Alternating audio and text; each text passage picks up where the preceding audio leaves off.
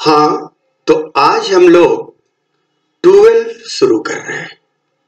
तो 12 में 5 यूनिट पढ़ना है, जिसका पहला यूनिट रिप्रोडक्टिव बायोलॉजी, जिसे हम लोग यूनिट 6 कहते हैं, और टॉपिक रिप्रोडक्शन या यूनिट का नाम रिप्रोडक्शन। इस रिप्रोडक्शन में हम लोग देख रहे हैं कि 4 टॉपिक है, 4 पॉइंट। पहला पॉइंट क्या है या पहला चैप्टर क्या है?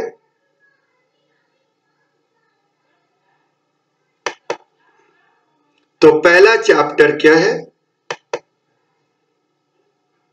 Reproduction in organism. और दूसरा चैप्टर है sexual reproduction in flowering plant.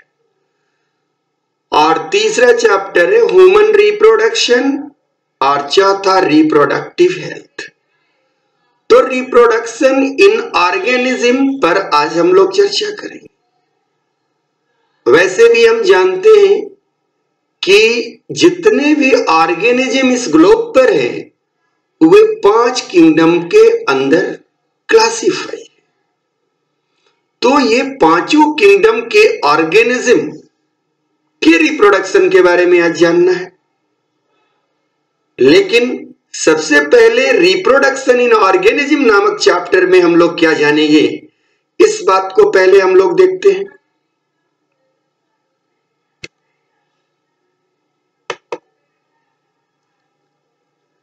तो रिप्रोडक्शन इन ऑर्गेनिज्म, इसमें हमने प्रमुखता से 2 टॉपिक लिया है। पहला है एसेक्सुअल रिप्रोडक्शन, जिसका दूसरा नाम हम लोग क्लोनिंग भी कहते हैं। क्यों कहते हैं ये आगे हम लोग समझेंगे। और दूसरा है सेक्सुअल रिप्रोडक्शन। तो सेक्सुअल रिप्रोडक्शन की मैकेनिज्म पर हम लोग चर्चा करेंगे, इवेंट पर चर्चा करेंगे। तो सेक्सुअल रिप्रोडक्शन में 3 इवेंट होते हैं। पहला का नाम है प्री फर्टिलाइजेशन इवेंट, दूसरा का नाम है फर्टिलाइजेशन इवेंट, और तीसरे का नाम है पोस्ट फर्टिलाइजेशन। वास्तव में सेक्सुअल रिप्रोडक्शन में महत्वपूर्ण बात है फर्टिलाइजेशन या सिंगेमी। तो फर्टिलाइजेशन के द्वारा जाइगोट बनता है। तो जाइगोट बनाने के लिए गैमिट की आवश्यकता, और गैमिट को पैदा करने के लिए जो इवेंट होता है उसे हम लोग कहते हैं प्री फर्टिलाइजेशन। और जाइगोट के बाद जाइगोट को डेवलप करके ऑफस्प्रिंग बनाने तक के जो इवेंट आते हैं उसको कहते हैं पोस्ट फर्टिलाइजेशन इवेंट। यानी फर्टिलाइजेशन के पहले जो क्रियाएं होती है उन्हें प्री फर्टिलाइजेशन, और फर्टिलाइजेशन के बाद जो प्रक्रियाएं होती है उन्हें पोस्ट फर्टिलाइजेशन। आइए हम लोग अब थोड़ी सी आगे की बात जानते हैं कि रिप्रोडक्शन में क्या क्या बातें हम लोग कह सकते हैं। आप देख रहे हैं स्क्रीन पर कि 5 किंगडम यानी ऑर्गेनिज्म कितने? तो मोनेरा, दूसरा प्रोटिस्टा, तीसरा प्लांटी, चौथा फंजाई, और लास्ट वन एनिमेलिया। तो रिप्रोडक्शन इन ऑर्गेनिज्म अगर आप टॉपिक है आपका और रिप्रोडक्शन इन ऑर्गेनिज्म के बारे में जान रहे हैं, तो इस 5 टॉपिक के बारे में आपको जानना होगा। कि रिप्रोडक्शन इन मोनेरा, तो ये मोनेरा में रिप्रोडक्शन कैसे होता है? तो आप सब लोगों ने जाना होगा कि एसेक्सुअली वो रिप्रोड्यूस करता है, बाइनरी फिजन होता है, लेकिन साथ में पैरासेक्सुअल रिप्रोडक्शन भी होता है। उसी तरह प्रोटिस्टा, प्लांटी, फंजाई और एनिमेलिया, ये चारों किंगडम यूकैरियोट के किंगडम है। तो यहां पर क्या होता है कि एसेक्सुअल रिप्रोडक्शन होता है और सेक्सुअल रिप्रोडक्शन। उसमें प्रोटिस्ट जो है वो यूनिसेलुलर है। तो यूनिसेलुलर में रिप्रोडक्शन और ग्रोथ दोनों एक दूसरे के सिनोनिम्स है। लेकिन हां, मल्टी सेलुलर ऑर्गेनिज्म में रिप्रोडक्शन और ग्रोथ अलग है। तो इसी सारी बारीकियों पर हम लोग ध्यान देंगे आज कि क्या है। तो वास्तव में आपने ये देखा कि अगर पूरे यूकैरियोट को लें तो यहां पर 2 तरह के रिप्रोडक्शन देखा आपने, एसेक्सुअल और सेक्सुअल। तो एसेक्सुअल और सेक्सुअल रिप्रोडक्शन क्या है, इसमें अंतर क्या है, या दोनों में समानता क्या है, पहले इस पर चर्चा करते हैं। तो देखिए मैंने टॉपिक लिया है कि difference between asexual and sexual reproduction. अब एसेक्सुअल और सेक्सुअल दिया है टॉपिक और बीच में दिया था सिमिलरिटी। तो सबसे पहले आप लोग जाने कि दोनों में सिमिलरिटी क्या है। अरे रिप्रोडक्शन है तो उसमें पेरेंट से ऑफस्प्रिंग बनेंगे, और ये ऑफस्प्रिंग जब पेरेंट से बनेंगे तो पेरेंट के अंदर जो हेरिडिटी है या जेनेटिक मटेरियल है उसका ट्रांसमिशन होगा। तो ये दो सिमिलरिटी है। तो पहला सिमिलरिटी है new individual produce by both kind of reproduction, और दूसरा है कि genetic material pass on to the offspring by both kind of reproduction. अब बारी आती है कि डिफरेंस क्या है।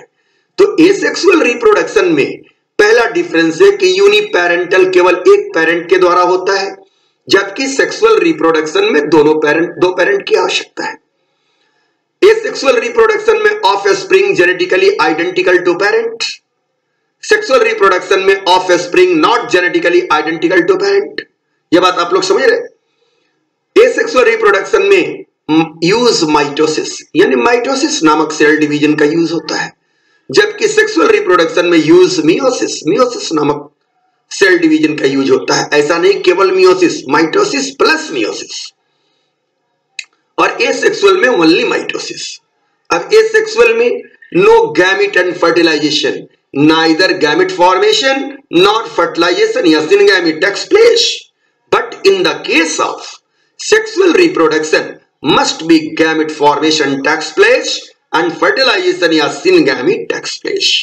तो इस तरह से आप लोगों ने देखा कि एसेक्सुअल रिप्रोडक्शन क्या है, सेक्सुअल रिप्रोडक्शन क्या है, दोनों में सिमिलरिटी क्या है और दोनों में डिफरेंस क्या है। अब थोड़ा सा एसेक्सुअल रिप्रोडक्शन के बारे में हम लोग देखने में। अब देखिए type of asexual reproduction, binary fission, budding, sporulation, vegetative propagation, regeneration, tissue culture, parthenogenesis. अब वन बाय वन सबके बारे में हम लोग चर्चा करते हैं। तो पहला है क्या, बाइनरी फिजन। बाइनरी फिजन कहता है a single parent cell divide into two daughter cell, कि single parent cell unicellular organism में होगा, एक सिंगल सेल जो है डिवाइड करेगा, और डिवाइड ए माइटोसिस या माइटोसिस, अगर प्रोकैरियोट है तो ए माइटोसिस के द्वारा डिवाइड करेगा, और यूकैरियोट है तो माइटोसिस के द्वारा डिवाइड करेगा। तो प्रोकैरियोट में इसको हम लोग कहते हैं बाइनरी फिजन, यूकैरियोट में भी बाइनरी फिजन कहते हैं। तो यहां पर हमने और क्या करेगा, दो डॉटर सेल बनाए। एग्जाम्पल हमने लिया अमीबा, पैरामीशियम, बैक्टीरिया। तो अमीबा और पैरामीशियम क्या हो गया, यूकैरियोट हो गया, और बैक्टीरिया प्रोकैरियोट हो गया। फिगर में भी देख रहे हैं कि अमीबा किस प्रकार से दो भाग में टूट जाता है, बैक्टीरिया भी दो भाग में कैसे टूटता है। बडिंग। अब दूसरा टॉपिक है क्या हमारा, बडिंग, कि parent cell produce bud, it get detach and develop into new individual. Example yeast and hydra. तो ईस्ट का क्या है, फंजाई है, हाइड्रा एनिमल है। तो दोनों में क्या होता है, बडिंग होता है। आप देख रहे हैं फिगर में नीचे जीआईएफ में बडिंग इन ईस्ट दिखाया जा रहा है, कैसे बड बना रहा है। देखिए एक सेल से दो सेल, एक सेल से छोटा सा देखिए आउटग्रोथ निकल रहा है और तुरंत वो डिटैच होके अलग हो जाता है। इसी तरह से हाइड्रा के केस में भी देखिए कैसे बड का निर्माण हो रहा है। तो आपने ये देखा कि बडिंग क्या है। फिर एस्पोरुलेशन या स्पोर फॉर्मेशन कहता है कि reproduce by forming spore under favourable condition, spore develop into new individual. Example fern, fungi and bacteria. कि बैक्टीरिया में भी स्पोर बनते हैं, spore forming bacteria, endosporic bacteria, exosporic bacteria, और दूसरे फंजाई में भी स्पोर बनते हैं। और फंजाई के स्पोर बहुत तरह के होते हैं, उसमें से एक कॉनिडियो स्पोर या कॉनिडिया के बारे में यह मैं फिगर ले रहा हूं और इसमें दिखा रहा हूं कि कैसे कॉनिडिया बन रहा है, ये भी एक काइंड ऑफ एक्सोस्पोर। और दूसरे तरफ क्लैमिडोमोनास, कि क्लैमिडोमोनास यूनिसेलुलर एल्गा है, जबकि अब इसे हम प्रोटिस्टा कहते हैं। प्रोटिस्ट है यूनिसेलुलर, इससे कैसे स्पोर बन रहा है और बहुत सारे क्लामाइडोमोनास पैदा हो रहे हैं। अब इसके बाद है रीजनरेशन। ये काफी सिंपल है, आप लोग पहले से पढ़ते आए होंगे। Organism body break up into one और more several part and each part develop into new individual, example planaria, hydra, starfish etc. देखिए स्टारफिश के अंदर कैसे रीजनरेशन हो रहा है। अब इसके बाद प्लांट्स में, फ्लावरिंग प्लांट्स में वेजिटेटिव रिप्रोडक्शन। अब ये वेजिटेटिव रिप्रोडक्शन क्या है, इसे हम लोग वेजिटेटिव प्रोपगेशन भी कहते हैं। अब organism produce new individual by a vegetative part of the plants, example potato, onion, ginger, mint etc. आइए वेजिटेटिव प्रोपगेशन को हम लोग थोड़ा सा और इनलार्ज व्यू में देखने की कोशिश करते हैं।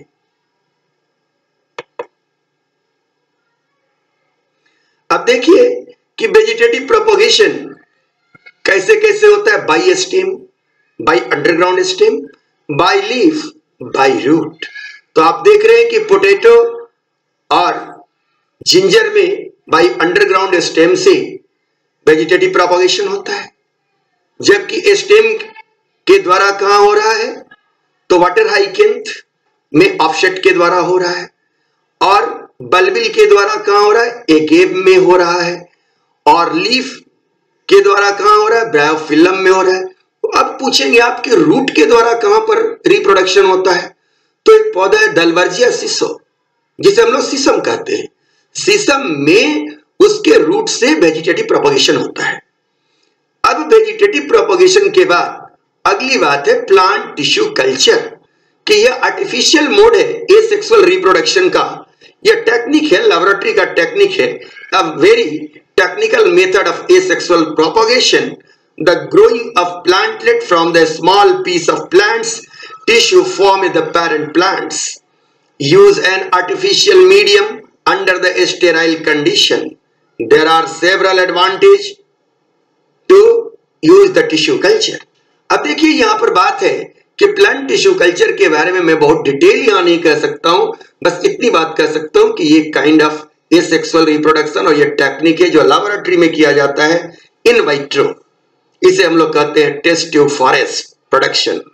और नीचे फिगर में मैं दिखा रहा हूं कि कैसे इस प्लांट्स के लीफ के एक छोटे से पार्ट के एक सेल से हम कितने प्लांटलेट बना सकते हैं, और इस प्लांटलेट को फिर पॉट करके फिर उसके एक प्लांट से कितने सारे प्लांट बना सकते हैं। तो ऑल आर ये देख रहे हैं कि एसेक्सुअली हम ये काम करा रहे हैं, इसलिए इस टेक्निक को भी हम लोग एसेक्सुअल रिप्रोडक्शन के तहत रखते हैं। अब एक बात बच गई क्या हमारी, parthenogenesis also a kind of sexual reproduction. तो आइए थोड़ी सी बात हम पार्थेनोजेनेसिस पर करें। पार्थेनोजेनेसिस मतलब a female egg develop into a new organism without ever having to be fertilized by sperm cell. Figure में देखिए कि ये फीमेल एग है और बिना स्पर्म से फर्टिलाइज हुए यह एग न्यू यॉन्ग में डेवलप हो गया। इस प्रकार की प्रक्रिया को हम लोग पार्थेनोजेनेसिस कहते हैं, production of new baby from unfertilised egg. ऐसी प्रक्रियाएं बहुत जगह देखी जाती है। पार्थेनोजेनेसिस की प्रक्रिया टर्की नामक बर्ड्स में देखी जाती है, हनी बी में देखी जाती है, और सारे रोटिफर में देखे जाते हैं, और सारे एग्जाम्पल इसके हैं। आप अपने एनसीईआरटी में और भी बातें देखेंगे तो सारे एग्जाम्पल आपको मिलेंगे। अब हम लोग आते हैं कि advantage and disadvantage of asexual reproduction.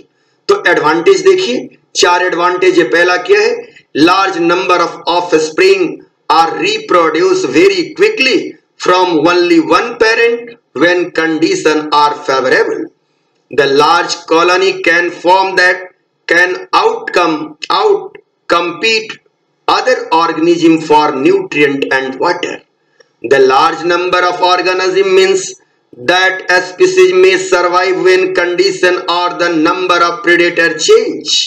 ये सारे एडवांटेज है कि अगर लार्ज नंबर की स्पीसीज है पैदा हो रहे हैं तो प्रेडेटर का दबाव उन पर नहीं चलेगा और वे सर्वाइवल में एडॉप्ट करेंगे, सर्वाइव करेंगे। Energy is not required to find a mate, mating की प्रक्रिया नहीं होती है, मैट नहीं करता इसलिए एनर्जी की जरूरत नहीं है, यानी एनर्जी एक्सपेंडिचर इसमें कम है, यह एडवांटेज है। डिसएडवांटेज में आइए तो पहला क्या है कि offspring are genetic clone, a negative mutation can make the asexually produce organism susceptible to disease and can destroy large number of offspring. कहता है कि ये जेनेटिकली आइडेंटिकल है इसलिए किसी भी तरह के नेगेटिव म्यूटेशन इनको डिवेस्टेट कर सकता है, इनको समूल विनाश कर सकता है, इनको खत्म कर सकता है। Some method of asexual reproduction produce offspring that are close together and compete for food and space। कहता है कि अगर asexual reproduction के द्वारा एक ही जगह पर a number of organism पैदा हो जाए, डॉटर स्पीसीज पैदा हो जाए, तो उनको ज्यादा प्रेशर लगाना पड़ेगा, कंपीट करना पड़ेगा फूड और शेल्टर के लिए, और जिसकी वजह से सर्वाइवल ऑफ द फिटेस्ट, कुछ मारे जाएंगे और कुछ बचेंगे। Unfavourable condition such as the extreme temperature can wipe out the entire colony. और यहां पर दिक्कत है कि अगर अनफेवरेबल कंडीशन अगर हो गया तो सारे के सारे समूल रूप से विनष्ट हो जाएंगे। इस तरह से हम लोगों ने एक छोटा सा परिचर्चा एसेक्सुअल रिप्रोडक्शन के बारे में किया। अब आइए थोड़ा सा हम लोग सेक्सुअल रिप्रोडक्शन के बारे में इसी तरह एक छोटा परिचर्चा करें। Sexual reproduction require the two parents or the two sex cell and the offspring are the more diversified। यह बात आपको इजी वे में समझ में आ रही है। अब इसके इवेंट की बात करें तो पहले भी मैंने चर्चा किया था, अभी यहां भी चर्चा कर रहा हूं कि इसके 3 इवेंट है, pre fertilisation event, fertilisation event और post fertilisation event. Pre fertilisation event के अंतर्गत 2 प्रोसेस है, गैमेटोजेनेसिस और गैमेट ट्रांसफर। तो देखिए हमने प्री फर्टिलाइजेशन चेंजेस के अंदर 2 टॉपिक बनाया, गैमेटोजेनेसिस और गैमेट ट्रांसफर। गैमेटोजेनेसिस में मैं कहता हूं कि it is the process of formation haploid male and female gamete. Gamete में भी होमोगैमेटिक, आइसोगैमेट्स और द हेट्रोगैमेट, माने गैमेट दोनों सिमिलर हो सकते हैं फिजियोलॉजिकली या फिजिकली, और डिफरेंट भी हो सकते हैं।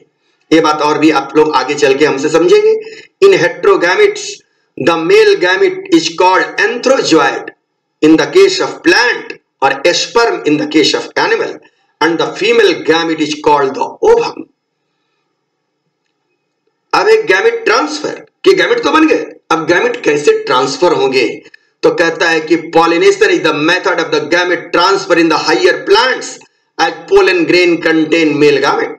The number of male gamete are 1000 times the number of female gamete are, as there is a loss of male gamete during transfer. In dioecious animal, what do you mean of dioecious? वैसे animal जिसमें mail और female अलग हो, monoecious.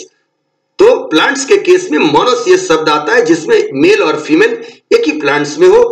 और इसी तरह अगर animal के केस में अगर मोनोसियस के बदला हम लोग यूज करते हैं हर्माफ्रोडाइट, जैसे अर्थवर्म।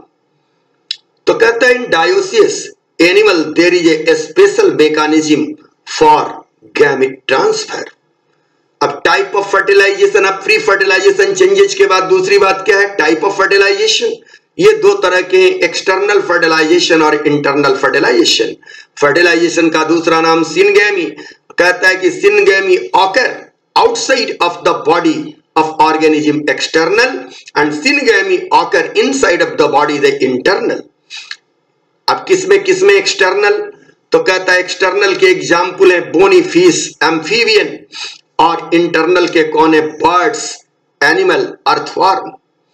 पोस्ट फर्टिलाइजेशन इवेंट में जाइगोट फॉर्मेशन और एम्ब्रियोजेनेसिस। तो आप जानते हैं कि it is the process of development or embryo from the zygote, the mitosis and undergo differentiation। अब कहता है कि एनिमल 2 तरह के हैं, ओविपेरस माने अंडा देने वाले और विविपेरस बच्चा देने वाले। तो ओविपेरस के एग्जाम्पल कौन है? रेप्टाइल्स और बर्ड्स, और विविपेरस के एग्जाम्पल कौन है? तो आप जानते ही हैं कि मैमल्स, तो विविपेरस एनिमल इसमें क्या होता है कि zygote develop into young one inside the body of the female organism, और ओविपेरस में क्या होता है, वे अंडा दे देते हैं, अंडा से यौंग निकल के आता है। अब आइए, ये तो हम as a general sexual reproduction के इवेंट के बारे में चर्चा किए, लेकिन यहां पर हमने प्लांट्स के बारे में कोई खास बातें आपसे नहीं किया, और स्ट्रिक्टली प्लांट्स के लिए हम थोड़ा सा फिर आपसे चर्चा कर लेते हैं कि प्लांट्स के बारे में किस प्रकार से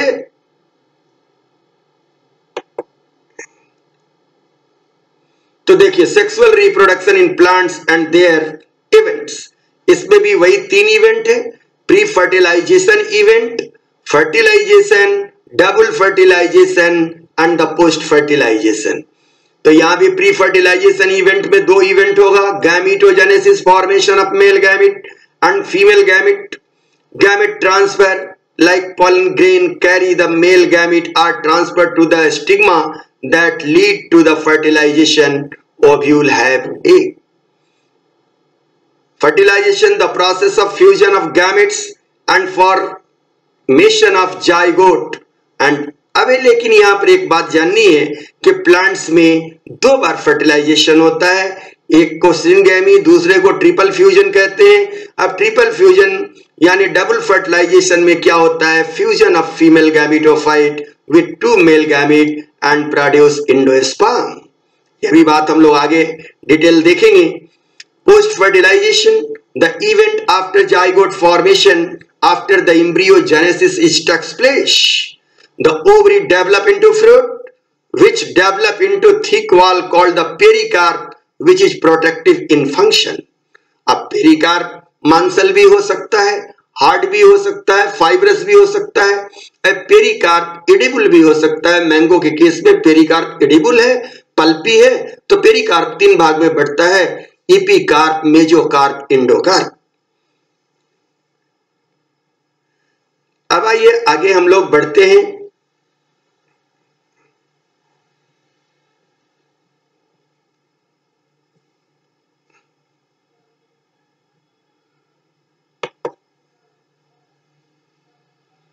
अब सिग्निफिकेंस ऑफ सेक्सुअल रिप्रोडक्शन के बारे में हम लोग बात कर रहे हैं कि सेक्सुअल रिप्रोडक्शन का सिग्निफिकेंस क्या है। तो सेक्सुअल रिप्रोडक्शन की सिग्निफिकेंस के लिए हमने 3 टॉपिक लिया है। When eukaryote reproduce sexually, offspring receive genetic material from both parent, from 2 parent, दोनों पेरेंट से जेनेटिक मटेरियल वो रिसीव करते हैं। Meiosis and fertilization, shuffle and reshuffle the gene, कि जीन की सफलिंग और रिसफलिंग मियोसिस और फर्टिलाइजेशन के द्वारा होता है, क्योंकि मियोसिस में क्या होता है, डिप्लॉयड से हैप्लॉयड हो जाता है, और फर्टिलाइजेशन में क्या होता है, हैप्लॉयड से डिप्लॉयड हो जाता है, तो जीनों का रिशफलिंग होता है, generating lot of genetic diversity. The offspring of sexually reproducing organism are never identical to either their parent or their sibling, except for identical twins. वो भी मोनोजाइगोटिक ट्विंस, सारे ट्विंस में नहीं। अगर मोनोजाइगोटिक ट्विंस हैं तो दोनों आइडेंटिकल, जेनेटिकली आइडेंटिकल हो सकते हैं, अदरवाइज न सिबलिंग आइडेंटिकल हो सकता है आपस में, न पेरेंट से ऑफस्प्रिंग आपस में आइडेंटिकल हो सकते हैं। यह बहुत बड़ी बात है, यह बहुत बड़ी सिग्निफिकेंस है सेक्सुअल रिप्रोडक्शन की। यही सिग्निफिकेंस है कि आज यहां पर इतनी सारे डाइवर्सिटी दिखती है, एक सिंगल ऑर्गेनिज्म से इतने सारे ऑर्गेनिज्म डेवलप हो गए। यह बात आप इवोल्यूशन में जानेंगे। लास्ट बात कहता हूं कि genetic variation increase the likelihood of a population adopting to the new और चेंजिंग इन्वायरमेंटल कंडीशन, कि अगर ये वेरिएशन नहीं होता तो एडॉप्टेशन नहीं होता, एडॉप्टेशन नहीं होता तो न्यू इवोल्यूशन नहीं होता, और न्यू स्पीसीज का विकास नहीं होता। चलते चलते सेक्सुअल रिप्रोडक्शन और एसेक्सुअल रिप्रोडक्शन के एडवांटेज, तो देखिए क्या है सेक्सुअल रिप्रोडक्शन के advantage, high genetic variability, facilitate adaptation, speed up evolution, और डिसएडवांटेज एनर्जी के रूप में कॉस्टली है, courtship is time, resource consuming. ये कोर्टशिप मतलब मैटिंग। इसी आधार पर एनिमल दो तरह के होते हैं, कंटिन्यूअस ब्रीडर और seasonal breeder. Usually sacrifice the fitness of one sex to other. ये भी डिसएडवांटेज है कि यहां पर फिटनेस बहुत बड़ी चीज होती है, जो फिट करेगा वही रिप्रोड्यूस करेगा। Survival of the fittest. Asexual में क्या क्या एडवांटेज है? सेव एनर्जी, क्योंकि यहां क्या है, एनर्जी कॉस्टली है तो ये save energy. Courtship is non issue, यहां पर कोर्टशिप का कोई इशू नहीं है। जो उसका डिसएडवांटेज है इसका एडवांटेज है। Greatest increase in fitness for each individual. अब इसकी डिसएडवांटेज क्या है? Low genetic variability. जो इसकी एडवांटेज है वो इसकी डिसएडवांटेज है। Adaptation to environmental difficult and retard evolution. तो इस तरह से हमने नटसेल में छोटा सा इंट्रोड्यूस किया कि रिप्रोडक्शन एमॉन्ग ऑर्गेनिज्म क्या है और किस प्रकार है। अब आपके फीडबैक का इंतजार है कि आप अपना फीडबैक दें कि आपको कैसा लगा, और हम इसके बाद अब आएंगे डिटेल में आपको रिप्रोडक्शन पढ़ाने के लिए, रिप्रोडक्शन बताने के लिए, और मेरा टॉपिक होगा sexual reproduction in flowering plants.